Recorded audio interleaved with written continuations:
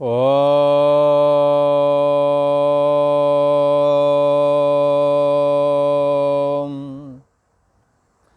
ओम गुरु ब्रह्मा गुरु विष्णु गुरुदेव महेश्वरा गुरु साक्षात् परम ब्रह्म तस्मै श्री गुरुवे नमः। योगेश्वर श्री कृष्ण भगवान की जय। ऐं सरस्वत्यै नमः।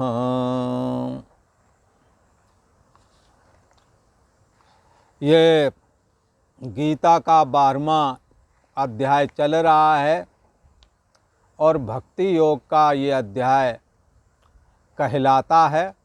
और इसमें शुरुआत में ही अर्जुन भगवान श्री कृष्ण से पूछते हैं, भगवान आपके सगुण उपासक भी हैं, निर्गुण उपासक भी हैं और दोनों ही पहुँचे हुए होते हैं और दोनों ही सम्माननीय होते हैं। दोनों में मन और इंद्रियों का निग्रह होता है और दोनों ही आप परमेश्वर की चर्चा भी करते हैं और आप परमेश्वर का ध्यान भी करते हैं। ऐसे इन दोनों योगियों में से जो आपके सगुण साकार की उपासना करते हैं और आपके निर्गुण निराकार की उपासना करते हैं, हे भगवान इसमें मैं ये निर्णय नहीं कर पा रहा हूँ कि इन दोनों में से श्रेष्ठ कौन है। ऐसा अर्जुन जो है प्रश्न रखते हैं भगवान श्री कृष्ण के प्रति। और भगवान श्री कृष्ण ने कहा, अर्जुन हमारे सगुण और निर्गुण, सगुण साकार और निर्गुण निराकार दो प्रकार के योगी हैं, पर उन दोनों में से मेरे को सगुण साकार उपासक ज़्यादा श्रेष्ठ लगते हैं। मेरे को इन दोनों में से प्रथम सगुण साकार का उपासक उत्तम है, मान्य है, उत्तम मान्य है, ऐसा भगवान श्री कृष्ण कहते हैं। तो किसी ने पूछ लिया, महाराज निर्गुण निराकार को क्यों आप क्या प्रेम नहीं करते हैं, ऐसा कुछ है क्या? भगवान श्री कृष्ण ने कहा, ऐसी बात नहीं।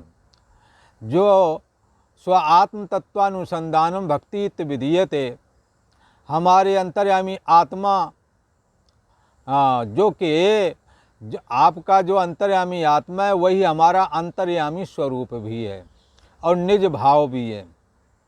जो उसको जानता है वो तो हमारी आत्मा ही बन गया है। इसलिए ज्ञानी तो आत्मा ही में मतम, ज्ञानी तो हमारी आत्मा ही है। उससे मैं कभी विलग नहीं होता हूँ, वो मुझसे कभी विलग नहीं होता है। पर आप उपासक की बात करते हैं। उपासना की दृष्टि से देखा जाए तो सगुण साकार का उपासक ही श्रेष्ठ है। क्यों? क्योंकि ये सगुण साकार की उपासना करने वाले ये जो साधक होते हैं वो हमारी शरण ग्रहण किए रहते हैं। और निर्गुण उपासना वाले भी मेरे ही उपासक हैं और पर वो अपने बलबूते पर चलते हैं। और ये लोग मेरी भक्ति का आश्रय लेकर के मेरे पारायण होकर, मेरे शरण होकर के प्रयास करते हैं। परंतु निर्गुण निराकार की उपासना बड़े क्लेश से सिद्ध होती है, क्योंकि देहाभिमान गलाना कोई हंसी खेल नहीं, बड़ा कठिन मामला है। देहाभिमान पर जाति अभिमान टिका है, कुल गोत्र का अभिमान टिका है, अमीर गरीब का अभिमान टिका हुआ है, काले गोरे का अभिमान टिका हुआ है, ना मालूम कितने अभिमान टिके हुए हैं। इसलिए विद्वानों ने तो यहाँ तक कह दिया कि देहाभिमान ही सबसे बड़ी वजह है, बाधा, सबसे बड़ी बाधा है कि जो परमात्मा से मिलने नहीं देता। इसलिए देहाभिमाने गलिते विज्ञापते परमात्मनि यत्र यत्र मनोयाति तत्र तत्र समाधया। देहाभिमान को गलित हो जाने पर तो उसकी नित्य समाधि सहज में ही हो जाती है, चलते फिरते समाधि रहती है, परमात्मा से जुड़ा रहता है। पर यह काम बड़ा कठिनाई से होता है। पर मैं सोचता हूँ कि यही काम मेरी शरण ग्रहण करके मेरे भक्त लोग भी यही उपासना करते हैं, पर मैं उनकी मदद करता हूँ क्योंकि वो हमारे भरोसे हैं, मेरी शरण ग्रहण किए हुए हैं। उनके लिए तो भगवान श्री कृष्ण ने स्वयं कहा, तेषामहं समुद्धरता मृत्यु संसार सागरात भवामि नचरात पार्थ मैया बेशित चेतसाम। उन मेरे भक्तों का, जिन्हों के लिए ये बात हर जगह प्रसिद्ध है कि भगवान के भक्त हमेशा भगवान में लीन रहते हैं, उनका चित्त भगवान में आवेशित रहता है, जैसे कोई प्रेत से आवेशित हो। ऐसे ये हमारे जो सगुण साकार की उपासना करने वाले जो भक्त मुझ में आवेशित हैं, जिनका मन और बुद्धि मुझ में आवेशित हो चुका है। और कैसा आवेशित हो चुका है? जब भगवान श्री कृष्ण ब्रजमंडल में अपनी बाल क्रीड़ाएं कर रहे थे, उन्होंने एक गोपी के हृदय में ये रहता था, लगभग सभी गोपियों के हृदय में, कि मैं कोई बहाना बना करके भगवान के पास जाऊं, पर बहाना क्या बनाऊं। तो फिर विचारती थी, कहीं सोचती थी कि मैं पानी भरने जाऊंगी तो रास्ते में वो जरूर मिलेंगे, उनके दर्शन भी हो जाएंगे और कुछ हंसी ठटोली वाली बातें भी बच्चे से कर लेंगे। भगवान श्री कृष्ण तो 7 ही साल के साथ थे और जो गोपिकाएं थीं वो तो बड़ी थी, एजिड थी। तो इस तरह से मिलने के उपाय ढूंढते थे। एक ये कौन लोग हैं जिनका भगवान में चित्त आवेशित है? एक गोपी ने सोचा कि मैं भगवान से मिलूं, पर कैसे मिलूं? सोचा कि जिधर नंद भवन पड़ता है उधर जा कर के मक्खन बेच आती हूँ, दही बेच के आती हूँ। ऐसा विचार करके वो चली और हृदय में तो भगवान का चिंतन चल रहा था। हृदय में तो उनका मन भगवान श्री कृष्ण में आवेशित था।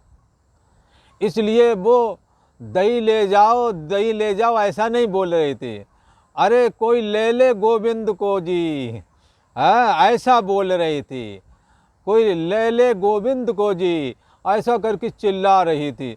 लोगों ने कहा यार ये क्या बेच रही है, गोविंद गोविंद है, नंद बाबा का छोरा है, उसी का नाम बोल रही है ये तो, कन्हैया को ले लो ऐसा। तो उन्होंने जाकर के उससे पूछा तू क्या बेच रही है? तो उसके मुंह में तो वही निकल रहा था, पर वो बेच रही थी दही। भगवान श्री कृष्ण ने कृपा की समस्त गोपियों पर और उन्हें अपने हाथ से ही मानो संसार समुद्र से पार कर दिया। भगवान श्री कृष्ण के चिंतन करने वाले उनके प्रेमी भक्त लोग जो होते हैं उनमें भगवान के दिव्य गुण प्रवेश कर जाते हैं। ऐसी महान गोपियों का हृदय जो भगवान श्री कृष्ण की भक्ति से सराबोर था, आवेशित था, उनमें भगवान श्री कृष्ण के सद्गुण प्रवेश कर गए, भगवान श्री कृष्ण का दिव्य गुण प्रवेश कर गया, भगवान श्री कृष्ण का भाव प्रवेश कर गया। किसी ने कहा ये भगवान श्री कृष्ण का भाव ये क्या है? भगवान श्री कृष्ण को लगता है मैं सबका अंतरात्मा हूँ, मैं सारे जगत का आधार हूँ, मैं सब में समाया हुआ हूँ।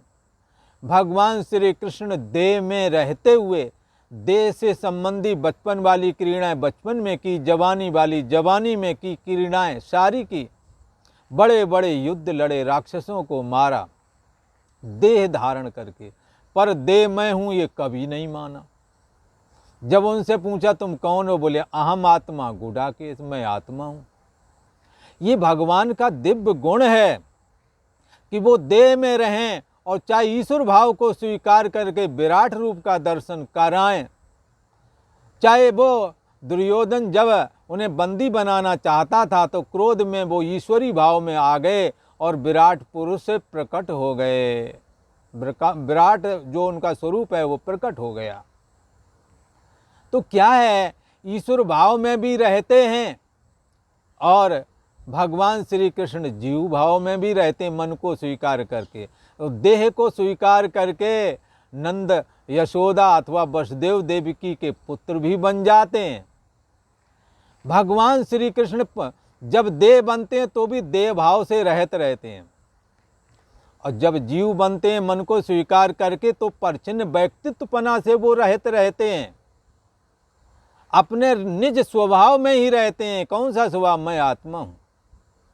और ईश्वरी भाव को स्वीकार करते हैं तब इनका नाम ओम हो जाता है, और ये महाप्रलय तक ये भाव रहता है। पर महाप्रलय के बाद में भी ये भाव त्याग देते हैं, बन जाते हैं केवल चैतन्य सत्ता, बच जाती है केवल चैतन्य सत्ता। यही भगवान श्री कृष्ण का निर्गुण निराकार स्वरूप है, जो हमारी और आपकी बुद्धि देश का साक्षी भी है, जिसको गीता यहाँ आत्मा शब्द करके कह रही है।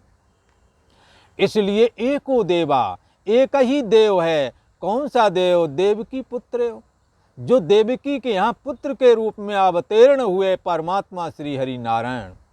इस संसार में वही एक देव हैं और कोई देव नहीं। कैसा देव है? जो सबकी बुद्धि को सत्ता देकर मैं हूँ, अहम अस्मि, ये कहने की भी सामर्थ्य दे रहा है। ऐसा ये प्रभु, ये हरि आपके हमारे हृदय में विद्यमान है। ये एक हीरा, जैसे पर्वत के अंदर दबा होता है, खदानों में दबा होता है, निकालना पड़ता है, उसकी कटाई करनी पड़ती है, तब वो पहनने की काबिल बन जाता है। ऐसे ही परमात्मा श्री हरि एक हीरा की तरह हैं और हमारे आपके हृदय में विद्यमान है। संतों ने कहा, हरिसा हीरा छाड़ के करे अन्न की आस, ते नर दोजक जाएंगे सत भाखत रविदास। रविदास जी ने कहा, श्री हरि जैसा हीरा छोड़ करके धनपुत्र स्त्री आदि की आशा रखते हो, राग द्वेष में उलझे पड़े हो, अभिमान की ग्रंथि में ऐंठे बैठे हो। हरि सा हीरा छान के, जिसमें अहम नहीं, जिसमें मम नहीं, जिसमें अहमता ममता नहीं, जो सबका सुहृद है, ऐसा अंतर्यामी स्वरूप भगवान श्री कृष्ण का हमारे आपके अंदर में विद्यमान है। उसको छोड़ करके यदि दूसरे की आशा करोगे तो रविदास जी ने तो कहा, ते नर दोजक जाएंगे, नरक जाएंगे वो लोग जो दूसरे की आशा लगाए बैठे हैं। इसलिए भगवान की ही आशा रखनी ठीक है। भगवान श्री कृष्ण ने कहा, अर्जुन तुम मन और बुद्धि को लगा करके मेरा ध्यान करो, और ऐसा यदि तुम करोगे, हमारे मन वाले हो जाओ, और बुद्धि भी जो भविष्य की चिंता करके टेंशन पैदा करती है, तो और कई बार तुम्हारी जो प्लानिंग है भविष्य वाली कामयाब भी होती है, कई बार नहीं होती है, पर कामयाब हो ना हो, पर बुद्धि में भविष्य की चिंता को लेकर भगवान को ये लगा, भक्त हमारा यदि भविष्य की चिंता करेगा तो फिर हमारा भरोसा छूट जाएगा, और मैं सोचता हूँ भक्त को केवल हमारा भरोसा रहे तो मैं उसे अंतिम समय में उसका उद्धार अवश्य करूँगा। अंतिम समय में उसके हृदय में यदि ऐसी वृत्ति मैं देखूँगा, ये मेरे से आशा रखता है कि मेरा उद्धार हो जाए, मेरा नाम पुकार रहा है, हे नारायण मुझे बचाओ अजामिल की तरह, तो भगवान श्री कृष्ण के हाथ पकड़ के निकालने के लिए तैयार है। भगवान श्री कृष्ण कहते हैं, यदि मन बुद्धि मुझ में लगाओगे मेरे में निवास हो जाएगा, और ये ना कर सको तो हमारा अभ्यास करो, और अभ्यास भी ना कर सको तो तुम क्या करो, मेरे लिए कर्म करने वाले बन जाओ, हमारे लिए कर्म करो, और मेरे लिए कर्म करते हुए भी मैं तुम्हें मुक्त कर दूंगा, मेरी प्राप्ति हो जाएगी। और अगर ये भी ना कर सको तो एक काम करो, संपूर्ण कर्मों के फल का त्याग कर दो। किसी ने कहा महाराज त्याग की बात बहुत कहते हो, त्याग में ऐसी क्या खास बात है? भगवान श्री कृष्ण ने कहा त्याग से बढ़कर इस दुनिया में कुछ नहीं।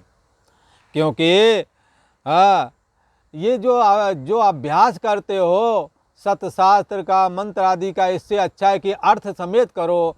अर्थ समेत तुमने कर लिया तो उस अर्थ का ध्यान करो, और ध्यान भी यदि तुम कर रहे हो और अपने द्वारा किए गए समस्त कर्मों में फल की इच्छा रखते हो, तो ये 3 श्रेणी जो साधना की चढ़ के आई वो बेकार।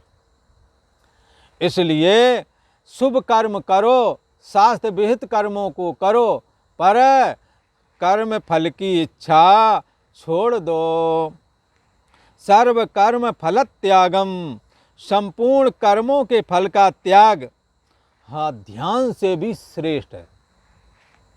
क्योंकि त्याग से तत्काल शांति प्राप्ति होती है। आप देखो, झगड़े की जड़ों छोड़ दो, टेंशन उसी दिन से खत्म।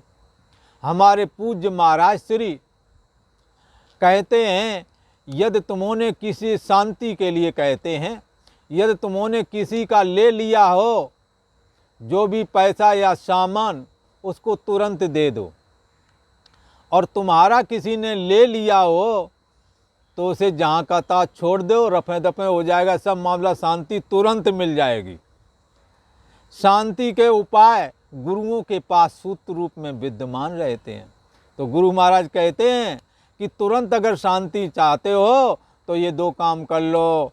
हाँ, तुमने जिसका लिया हो उसे तुम तुरंत फटाफट दे डालो। हाँ, जिस तुमने जो ले रखा हो उसको तो दे दो, और जो दिया हो उसे छोड़ दो, तुरंत ही शांति हो जाएगा। त्यागा शांति अनंतरम, इस त्याग से तुरंत शांति प्राप्त होती है। आप ये साधु महात्मा बनते हैं, घर गृहस्थी का त्याग कर दिया, जो सच्चे अर्थों में नहीं जुड़े हुए हैं उन्हें शांति तत्काल है। क्योंकि ये घर गृहस्थी वालों के लिए कहते हैं, जैसे 2 खच्चरों पर बोझ लेकर के हाँ लोग पर्वत के रास्ते चढ़ते हैं, ऐसे ही घर गृहस्थी के बड़े भारी बोझ होते हैं पति और पत्नी के ऊपर, और उस बोझ को ढोते ढोते सारा जीवन निकल जाता है। उन्हें लगता है कदाचित कि एक दिन काम ही करना ना पड़े, पर नहीं, ऐसा वक्त आता है कि वो शांति से बैठ सकें, सो सकें। कई बार ऐसे व्यस्त जीवन वालों का ऐसा होता है, और जो ना करें आकर्मण लोगों के लिए तो रोज ही छुट्टी है। तो क्या है, उन्हें लगता है जब संन्यास मार्ग में आ जाते हैं तो उन्हें तो आदि तो मुक्ति तो ये तुरंत ही मिल जाती है कि सारी टेंशन खत्म। पर अहमता ममता अंदर से भी जानी चाहिए, और परमात्मा की भक्ति भी होनी चाहिए, तभी पूर्णता शांति प्राप्त होती है। भगवान श्री कृष्ण कहते हैं, हमारा भक्त हमें अत्यंत प्रिय है। तो अर्जुन ने पूछ लिया, महाराज आपको कौन वाला भक्त ज़्यादा प्रिय, कौन सी खासियत उसमें होती है, हमें भी बता दो, तो हम भी उन भक्तों के आदर सत्कार करूँगा, पूजन करूँगा, लोगों को भी पता लग जाएगा। जिसको भगवान चाहते हैं उसको सब दुनिया चाहती है। तो बताओ भगवान कौन सा भगत है आपका? तो ये 15वें श्लोक में भगवान श्री कृष्ण बता रहे, यशमानोज दुजते लोकानोज दुजते चया, हर्षामर्ष भयोर्वेगैर मुक्तो या सच में प्रिया। तो क्या है कि भगवान श्री कृष्ण कहते हैं, यशमानोज दुजते लोका, जिससे लोग ऐसे संसार के भूत प्राणी जितने भी हैं, जिससे उद्विग्नता को प्राप्त नहीं होते, यशमानो दुजते, उद्वेग को अर्थात टेंशन। कई बार क्या है, बगल में रहता है कोई और कहीं कचरा फेंकेगा, कहीं कुछ करेगा, रोज टेंशन देगा। कहीं कचरा तुम्हारी और अड़ोसी पड़ोसियों की लड़ाई झगड़ा, इतना सफाई करेंगे, अपना कचरा उधर को फेंक दें, वो कहेगा हमारी तरफ क्यों कर रहे हो, मान ही नहीं रहे, आपस में कलह कर रहे। तो क्या है, बगल में रहने वाला आदमी चैन से नहीं रहने दे रहा, टेंशन दे रहा है। तो यहाँ क्या है, यशमान नोज दुजते लोका, ये साधु, ये भगवान का भक्त कहीं भी है, उससे किसी को कोई कष्ट नहीं होता, कोई टेंशन नहीं होती है। ऐसा ये भगवान का भक्त है। यशमान नो दुजते लोका, संपूर्ण संसार को वो टेंशन नहीं देता, किसी को भी। अच्छा, ये यशमात लोका ना उद्विजते, चा यह लोकान ना उद्विजते। और जो स्वयं भी किसी जीव से उद्विग्न नहीं होता। किसी ने कहा ये कैसे कोई उद्विग्न क्यों नहीं, कोई गाली बकने लगे, कोई अंड चंड बोलने लगे तो उद्विग्नता नहीं आएगी क्या है? ऐसा यदि कहें तो संतों के बड़े दृष्टांत हैं, बड़े उदाहरण हैं। एक संत नहाने के लिए जाते थे, एक महिला जो कि चिड़चिड़े स्वभाव की थी, उनसे चिढ़ती थी, और जब वो निकलते उनके गली से हो गए तो उनके ऊपर कचरा फेंक देती। कचरा फेंक, वो दोबारा एक बार उन्होंने उनके ऊपर 100 बार फेंका, वो 100 बार नहाने के लिए गए। अंत तो गत्वा इसका दिल हृदय बदला और उन्होंने सोचा, उस महिला ने, कि हम ये गलत कर रहे हैं, उनसे क्षमा याचना मांगी। तब उन्होंने कहा चलो ठीक है, तुमने हमारे ऊपर कचरा डाल दिया, 100 बार गंगा जी नहाने को मिल गए, 100 बार गंगा जी नहाने का पुण्य होता ना, वो हमें प्राप्त करा दिया तुमने ज़बरदस्ती, क्योंकि बगैर नहाए हमने काम शुरू करना नहीं था, तुम बराबर डालते रहे, मेरे को 100 बार नहाना पड़ा। तो क्या है कि अब वो इतना उन्होंने टेंशन दिया, इतना उनको परेशान किया, तो भी उन्होंने अपने को व्यथित नहीं होने दिया। इसलिए भगवान का भक्त किसी भी जीव को उद्वेग पैदा नहीं करता और स्वयं भी किसी जीव से उद्वेग को प्राप्त होता नहीं। तथा चा हर्षा मर्ष भयोर बे गए। किसी ने बहुत कुछ दे दिया, बहुत बड़ा प्रॉफिट हो गया, तो हृदय में प्रसन्नता आ जाती है, चलने का ढंग बदल जाता है, लोगों से बात करने के तरीका बदल जाते हैं। ऐसा उसमें कुछ नहीं। यदि बहुत कुछ पा गया, हर्ष का अवसर भी प्राप्त हो गया, तो भी लोग नहीं जान पाते कि इसको इतना बड़ा प्रॉफिट है, या इतना बड़ा आदमी है, या इतने संसाधन वाला है, या इतना बड़ा योगी है, तो किसी को जाहिर नहीं होने देते। हर्ष को भी पचा जाते हैं। कई लोग हर्ष पचा नहीं पाते, डीजे बजाएंगे, दूसरे की नींद हराम करेंगे। उन्हें ये नहीं लगता है अगर अगले आदमी को कोई हार्ट के पेशेंट हैं, कोई किसी के हैं, ज़रा धीमे बजा लें तो क्या है, पर नहीं मानेंगे। तो क्या है, हर्ष को नहीं पचा पा रहे। अमर्ष, दूसरे की उन्नति हो रही, छाती तुम्हारी जल रही है, ये कौन सी बात रही भाई? भगवान का भक्त ऐसा नहीं होता है। दूसरे की उन्नति को देख करके खुश होता है। देखो तो सही, इन्होंने पुण्य कर्म किए हैं और भगवान ने इन्हों के ऊपर कृपा की है, इनकी उन्नति हो रही है, भगवान और इनकी उन्नति करे, और मैं भी मेहनत करूँगा। जलने की क्या बात, मैं भी मेहनत करके और आगे को बढ़ूँगा, जलने की क्या बात है इसमें? तो क्या है, ये भगवान के भक्त हर्ष के समय में अपने हर्ष को भी पचा जाते हैं और अमर्ष से भी रहते हैं। हर्ष से भी रहते हैं। भगवान से बड़ा, भगवान की प्राप्ति से बढ़कर और क्या ऐसी चीज़ मिले जो खुशी हो जाए? वो भगवान को प्राप्ति के अलावा और खुशी का कोई चांस नहीं मानते। इसलिए कोई भी वस्तु दे दो, उन्हें हर्ष नहीं होता। वो हर्ष को, सांसारिक पद पदार्थों को लेकर वे हर्षित नहीं होते हैं, इसलिए हर्ष को वो पचा जाते हैं। अमर्ष, दूसरे की उन्नति को देखकर छाती नहीं जलाते। और भय, जब संन्यास लेते हैं, जब भक्ति मार्ग में जाते हैं तो एक जगह एक मंत्र आता है वेद का, जतो ही अतः समीयसे ततो नो अभयं कुरु सन्नाह कुरु प्रजाभ्यो भयन्नाह पशुभ्यः। कहते हैं कि अरे जीव, जितने भी प्राणी हैं संसार के, सब मेरे से निर्भय हो जाओ, मैं तुम्हें कभी कोई कष्ट ना दूंगा। शरीर, वाणी और मन से वो किसी को कष्ट देता ही नहीं, भय देता ही नहीं। जब शरीर, वाणी और मन से हम दूसरों को भय देने का विचार त्याग देंगे तो आप उसी समय निर्भय हो जाएंगे। क्योंकि इस संसार में ये सिद्धांत है, जो जस करे सो तस फल चाखा, कोई नहीं काऊ कर सुख दुख कर दाता, निज कृत कर्म भोग सब भ्राता। यदि शरीर वाणी और मन से हम दूसरों को कष्ट नहीं देंगे तो कोई हमें भी नहीं देगा। ये बात अलग है, कोई बहुत प्रारब्ध बलवान हो तो भोगना पड़े, पर आम तौर पर कोई तुम्हें कष्ट नहीं देने आएगा। इसलिए वो भय से भी रहित है। दूसरा, वो सब में भगवान देखता है, इसलिए वो किसी से भय नहीं करता। भगवान इस रूप में भी आए हैं, जैसे मीरा जी के पास जहरीला नाग भेजा, उन्होंने कहा ठाकुर जी आ गए हैं, और उन्होंने उसे गले में डाला, हार बना लिया। कोई तो कहता वो हार बन ही गया। तो क्या है, ये भक्त लोग भगवान को देखते हैं, इसलिए वो भय वाली जगह में भी निर्भय ही बने रहते हैं, उन्हें भय नहीं लगता। तो हर्ष, अमर्ष, भय और उद्वेग आदि दोषों से, टेंशन आदि दोषों से ना किसी को टेंशन देते हैं, ना किसी से उन्हें टेंशन मिलती है, ना और मिल भी जाए तो उस टेंशन को टेंशन नहीं मानते। इसलिए हर्ष, अमर्ष, भय और उद्वेग आदि से ये मेरे भक्त रहित होते हैं। और हे अर्जुन, ऐसा यदि कहीं भक्त है या ऐसा कोई भक्त है तो वो भक्त मेरे को सह में प्रिय, ऐसा भक्त मुझे प्रिय है। भगवान के भक्त भगवान के अलावा और किसी से भी खुश नहीं होते। वो तो तभी खुश होते हैं जब भगवान की चर्चा सुनने को मिले, उनकी लीला कथाएं सुनने को मिले। हाँ, उनका भजन करने के बाद में शांति से भोजन करते हैं।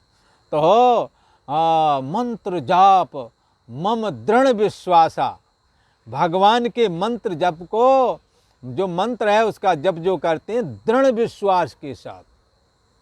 और भगवान के भक्त जो संत हैं मिल जाएं तो क्या मन में आता है उन्हों के, संत मिले मनो हरि मिले, साधु मिल गए मनो भगवान मिल गए, इतना खुश होते हैं।